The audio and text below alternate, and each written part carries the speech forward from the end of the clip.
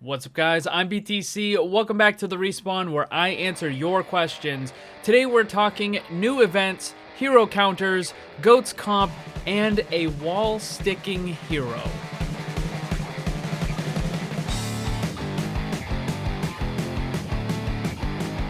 First question of the day, will you ever make any more of the Overwatch Achievement Guide videos? I think the only one I ever made was for Doomfist, because one of his achievements requires you to do a slam for maximum damage of 125. So there's only a couple of places throughout the entire game where you can do that, and I went and showed off all the best spots where you can get the achievement.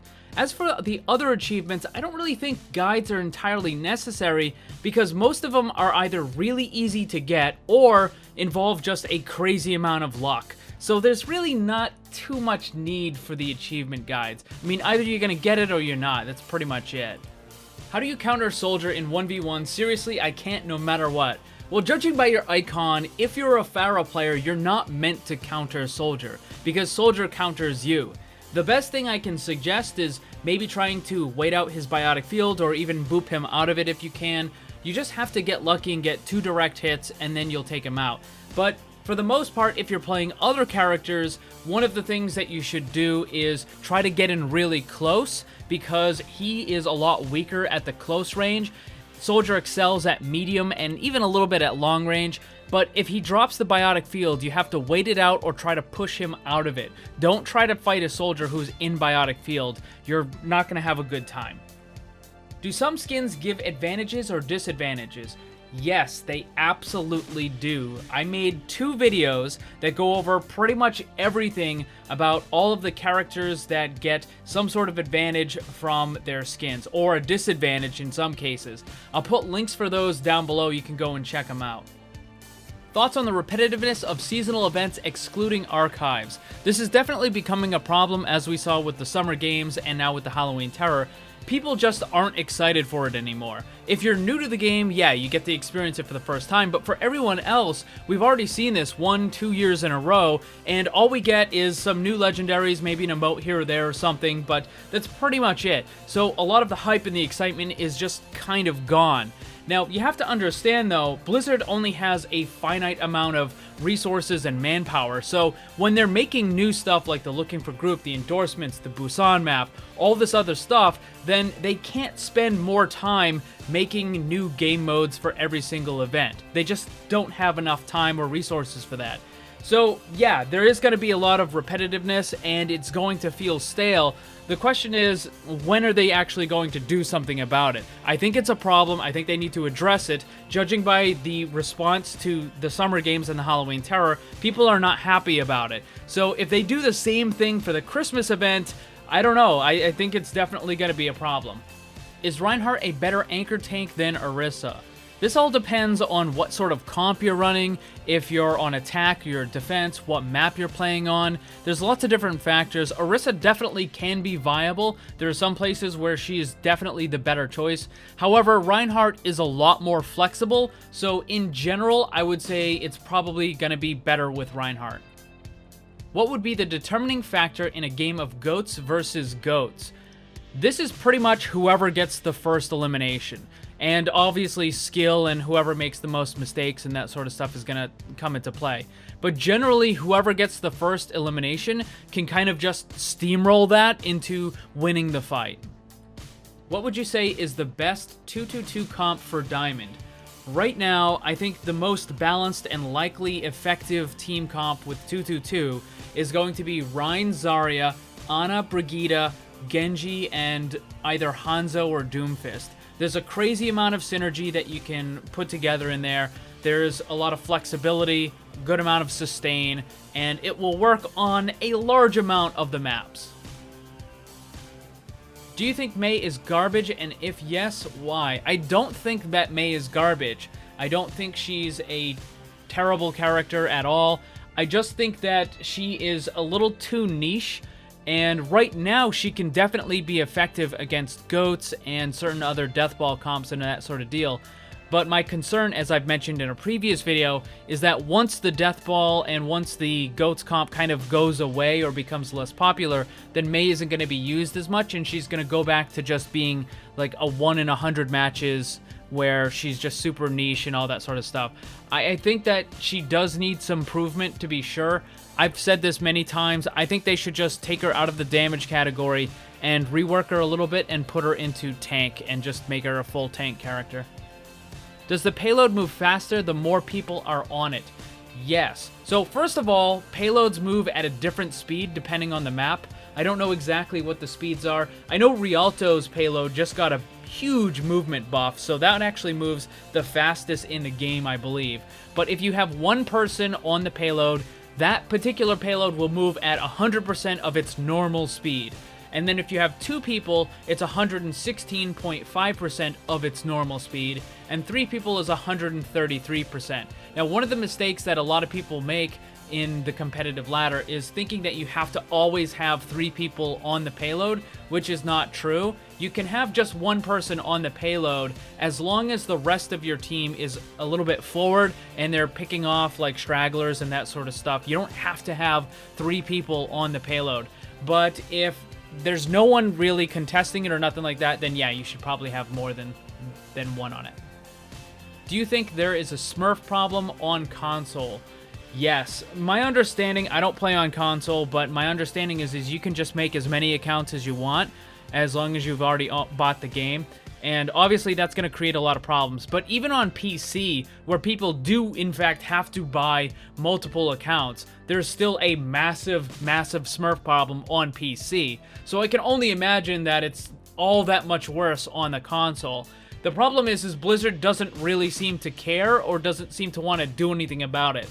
They keep doing this thing where they say, oh, a Smurf can't really stay at low rank because when they're playing good, the matchmaker will then level them up, or not level them up, but rank them up a lot faster, and very quickly they're at their appropriate rank and blah, blah, blah, blah, blah.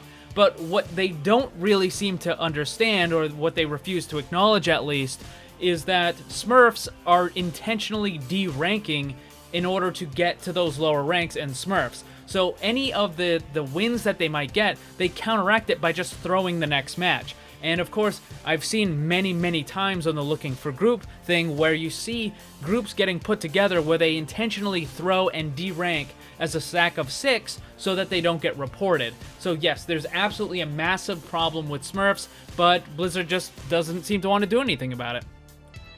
Do you think Blizzard has been lazy with the content lately?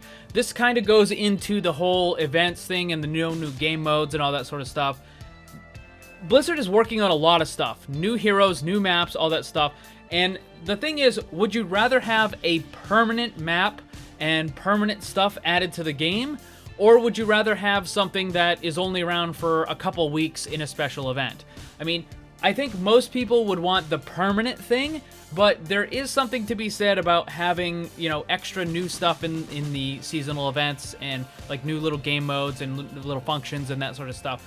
I don't think they've been lazy. I think they've been working on a ton of stuff, but it's not really the seasonal stuff. So, you know, we do have what's probably going to be a really big announcement at BlizzCon, which is another huge social kind of update thing. We had the endorsements, we had the looking for group. There's a third thing we were supposed to get, but Blizzard said that it's taking a little bit longer, so they had to delay it. And that's probably going to be announced at BlizzCon. And of course, we're also getting another new hero at BlizzCon as well. What would you change about Sim 3.0? I would probably change the way the primary damage is done a little bit. I think it needs to be buffed a little bit more. And also, I would make it so that the teleporter functions more like Torbjorn's turret. And what I mean by that is that it's a permanent thing until you either destroy it or an enemy destroys it. But like, you can just put down the teleporter and it stays up, and if Symmetra chooses, she can put down a new one somewhere and it kind of like replaces it and all that sort of stuff, like what the turret does. Or if the enemy destroys it, then it gets put on like a longer cooldown, like 8 seconds or whatever it happens to be. What happens if Genji tries to deflect Torbjorn's ultimate? he will deflect it back, and D.Va will defense matrix and destroy all the little bits of lava. As long as they're still in the air, if they hit the ground, you can't do anything about it. I also made a full video about all of the interactions for Torbjorn. I'll put that down below as well. I recently found out that I'm pretty good and really like to play with Pharah, but I'm also just in bronze, and I've heard that she's basically useless higher up. Do you think it's worth continuing playing her, and do you think that she needs any changes? I think that she needs a little bit more control in the air in terms of maneuverability, but all the damage and all that other stuff I think is, for the most part, pretty much fine. But as far as your question, should you continue playing the character? Yes, if you can actually play Pharah well, you're definitely going to rank up, especially in bronze, where the hit scan are going to have a lot of trouble dealing with you if you're in the sky. So you can definitely rank up with her, and even in the higher brackets, Master and GM, Pharah is not useless. She's definitely a good character. It's just that it's a lot easier for those higher skilled hit scan players to take you out of the sky. So just keep that in mind, and I wouldn't basically focus on just one character with Pharah. You might also want to look at some of the other projectile-based DPS if that's the route that you want to go. What do you think could save Overwatch Competitive? The first thing is a soft MMR reset every single season. That needs to happen. The second thing is Blizzard really needs to crack down on the Smurfs. And the third thing is they need to start permanently banning people that are throwing matches. And they need to really, really step that up, because it is an absolutely massive, massive problem. If you lose one comp match, is it true that you have to win 2 games to regain all of the SR from the one loss? No. Whenever a game is over, you're going to gain or lose somewhere between 20 and 25 points for the vast majority of your matches. So if you lose one, you might end up losing like 23 points, and when you win the next one, it's entirely possible you only get like 21 points. So yes, you are going to be a little bit in the negative, but the other reverse is just as true. You could lose a match and only drop 20 points, and then win the next one and get 25. Do you think we'll ever have a character that can stick to walls, and how do you think they would balance that? They actually had something like that in the early alpha version of the game. It was Genji, but at the time, Genji was a melee character. He didn't have the shurikens, he would just have the sword all the time. And in addition to being able to wall climb, he could just stop and stick to it, kind of like Spider-Man would. They decided to get rid of that, but the code, they already made it. Now, they would probably have to remake all the code if they wanted to add it to a new hero, but they've already done it once, so they should know how to add it back into the game if they wanted to. As far as how to balance it, it would probably be fairly simple. It would be just like dealing with a Pharah, except instead of the Pharah floating around in different spots of the air, it would just be the character sticking on the wall, which would actually be even easier to hit because they wouldn't be moving. They would be stationary, just stuck to the wall. I mean, they could probably go up and down. I don't know if they want to make it go left and right. That might be a little too much, but the thing is, yeah, they could absolutely do it. And it would probably be pretty easy to balance, because a stationary target that's just stuck to the wall is going to be easy to hit. That's going to be all of them for this week. Thank you to everyone who submitted a question. If you didn't get picked, you can always try again next week.